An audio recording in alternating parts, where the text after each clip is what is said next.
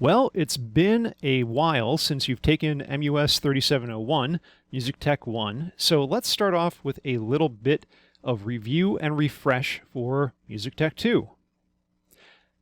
A lot of this stuff you'll probably remember, but it's good to go over it anyway. So, a couple things up front.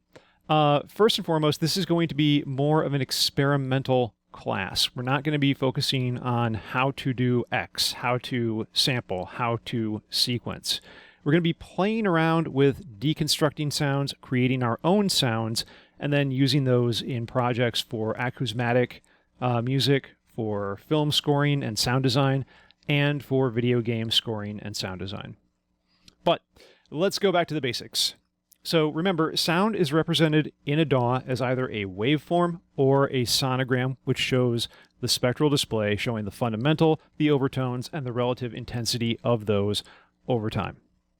Waveform shows the amplitude, but the spectrogram is showing that amplitude of frequency, generally using different types of colors, where the hottest or darkest color is showing the largest amplitude, typically the fundamental.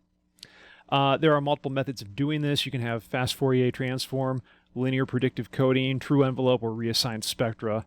Those are kind of the most common, but there are others as well. And the output will also depend on if you are using a linear or logarithmic display. And you'll see very different results in terms of where things are positioned vertically based on that. Also, your choice of window will have a bit of an effect, but it's not going to be as noticeable as that linear versus logarithmic display. So here is a recording. You can see up top we have the waveform view. It is a stereo recording. And below that we have the sonogram of both the right and the left channels. The darker, redder colors are the fundamental. And then as it goes from red to orange to yellow to green to blue, you are seeing overtones and other things that are present in the audio file. Filters is the next thing to review. Just remember, in general, every filter operates by having a cutoff frequency, which is where the filter takes effect at. They also have resonance, or the Q factor, that controls the slope of the filter, or the width of the band if it's a bandpass or notch filter. It also adds a boost at the cutoff frequency as you increase the Q factor, but it sharply cuts frequencies outside of that filter range. Be very cognizant of the fact that, especially in analog filters, this can start to whistle or to self-oscillate if you take it too high. This is why last year in Music Tech 1, when we did the exploration with the Moog synthesizer, you were able to get a sine wave by cranking the Q of the filter all the way to the top. The types of filters that you need to know, the most common are low pass, where frequencies lower than the cutoff pass through. High pass, it's the opposite. Frequencies higher than the cutoff will pass through. Band pass, frequencies that are centered on the cutoff with the width controlled by the Q pass through, and others that are not within that range are attenuated. And then notch, where frequencies centered on the cutoff, and again, width controlled by Q, are cut out, while frequencies that are outside of that Q band pass through. Here's a nice illustration of those. You have the low pass, where everything under the curve passes through.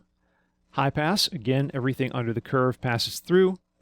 Band pass, once again, everything in the curve passes through. And then notch, where, well, under the two sides of the curve, everything passes through, but that V-shaped notch in the center, that is all cut out and attenuated. Another thing to really make sure you are up to date on is envelopes, because we're going to be playing with those quite a bit as you do sound design. The ADSR envelope is the classic attack, decay, sustain, release. Attack controls how long it takes to ramp up to the max volume. As soon as the note is struck, then it decays to the sustain percentage, and then when you release the key on your keyboard or synthesizer, the release time is how long it takes for the sound to completely dissipate and go all the way back down to zero. This is the classic analog for any type of bowed or blown instrument, so anything that can sustain a pitch for a long time, like a bowed string, brass, or winds. It's also the classic envelope choice in synthesis techniques.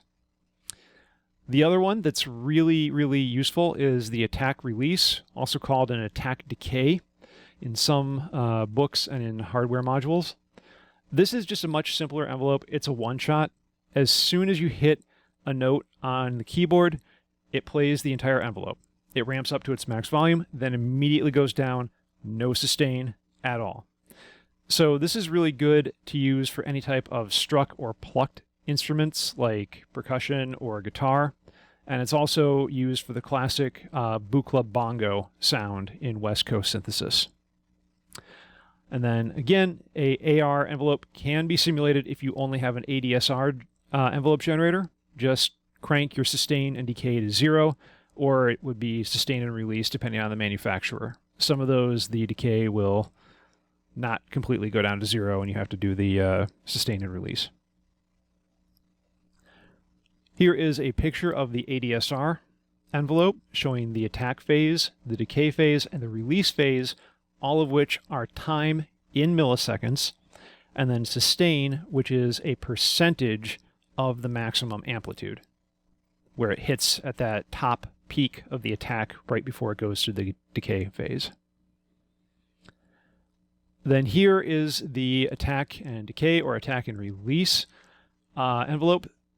You have your attack goes up and then immediately decays. You can place your key down and your key up at any point after the key down, and it does not matter where you release the key, it will still go through the entire envelope cycle. Warping is another fun thing that we talked about quite a bit in MUS 3701. And you will need to know how to do this in your DAW for sound design purposes because it's fun and it helps you to quantize rhythmic errors.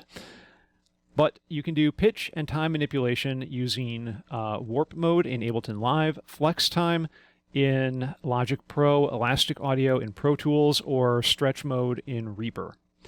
Again, this is a more recent development than other types of digital editing, and really came to the forefront with the development of digital audio. Because previously, pitch and time were linked. Like if you had a tape and you played the tape faster, the pitch would go up. But if you decrease the speed, the pitch would go down. Now that it's digital, it's independent, so you can change the pitch without affecting the time, and you can change the time without affecting the pitch. So the principles of operation for time manipulation, and this is the one you're probably going to spend a lot of time with, is that transient detection is used to place markers in the region. It figures out where those spikes at the top of the attack phase are on sounds and adds warping markers there. Then you add another marker in between two warp markers, and you can drag it to the left to compress sounds to the left and expand sounds to the right. Or you can move it to the right to compress things to the next right marker while expanding things on the left side. This is a really great tool for realigning a slight drift or fixing isolated rhythmic errors. I really recommend that you do it in sequence and you use any silent portions on the track to stretch, because who cares if silence is stretched and warped? You're not going to hear it. It can also be used cumulatively on larger sections to create really cool warping and glitching effects, particularly in Ableton, where you have multiple warp modes. And of course, there are just tons of algorithms for preserving melodic data, rhythmic data, transient data, or to deliberately warp and destroy the audio. Again, Ableton's probably got the best variety of those. Now, for going on a little bit more into pitch manipulation, in some DAWs you can make slight alterations to individual notes as long as they are single notes. This does not apply to chords. Generally, it's very small adjustments where you can just slightly up or lower the pitch by a couple of cents, maybe a semitone. Or you can do global adjustments to the region, as in Ableton, Logic, or Reaper, where you just transpose the entire region by X number of semitones and cents. Some of these programs also have pitch quantization effects, Max for Live in Ableton. There's pitch correction devices in Logic, and then there's repitch in Reaper, will all act as a basic auto-tune. Another way you can do this is a little bit more time consuming, but you can slice individual segments and adjust the pitch of all of these sliced regions. That will give you a much more accurate ability to offset things. If you hear just one note that's kind of off by maybe a couple of cents, but just enough that it's really irking you. Of course, for a lot of pitch correction, I recommend just re-recording the part. It's generally easier and more accurate. You can also sample the sound and put it into a sampler device and play it with MIDI. But of course, that opens up all of the issues we talked about last year with having to create a sample instrument, key mapping, etc. And then, of course, you can also use the linked pitch and time modes and warp, flex, elastic, or stretch mode processing to adjust things and to specifically glitch it or create new sounds. But if you really, really, really have to have it and cannot think of operating without it, and having no type of pitch correction just makes your skin crawl, you can always break down and buy Auto-Tune or Melodyne. But we will not be covering how to use those in this class. Another thing you'll need to know how to do, of course, is how to fade. So just as a review, you can automate non-mixer based volume changes to the beginning and end of the clip or region, because almost every program you can just grab the top left edge of a clip and drag it in to create a fade in, and the top right edge of a clip and drag that in to create a fade out. And these are essentially just envelopes applied to the selected audio. Crossfading, however, requires two overlapping audio clips or regions in the same track, and what that does is it automatically fades out the left audio while fading in the right audio. And depending on your program, there are different ways to do this, but you can change them to do either equal power, equal gain, S-curves, or you can define your own curve for the fade out and the fade in independently. Be sure that you listen to those. Don't assume that the default settings will work. They usually will, but not always. Then, of course, what is the whole point of the DAW? Well, multi-tracking. You can record and play back multiple tracks of audio or MIDI at once. And this is something we're going to be doing a lot of. So every DAW will operate on a multi-tracking schema in some type of way, and will let you record in many, many different ways, but some do it better than others, and some do it differently. For example, Ableton, you can record unlimited non-sequential inputs, but you cannot do multiple takes or comps from those takes, which makes it not a great choice for doing a lot of tracking. Logic, you have to use sequential inputs only, which is a royal pain in the neck, but it displays takes and lanes and lets you comp those directly in the lane.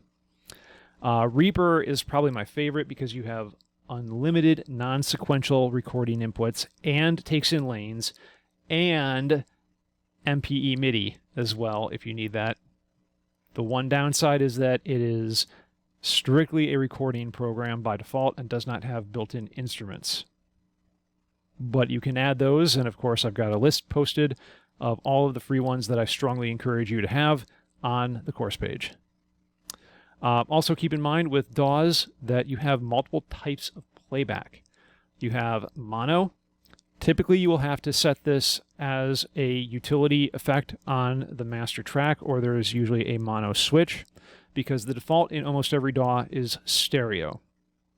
However, as you will see later on in this course, you can also do surround sound in all of these DAWs, Ableton, Logic, or Reaper. And we will definitely be talking about that as we get further into the course.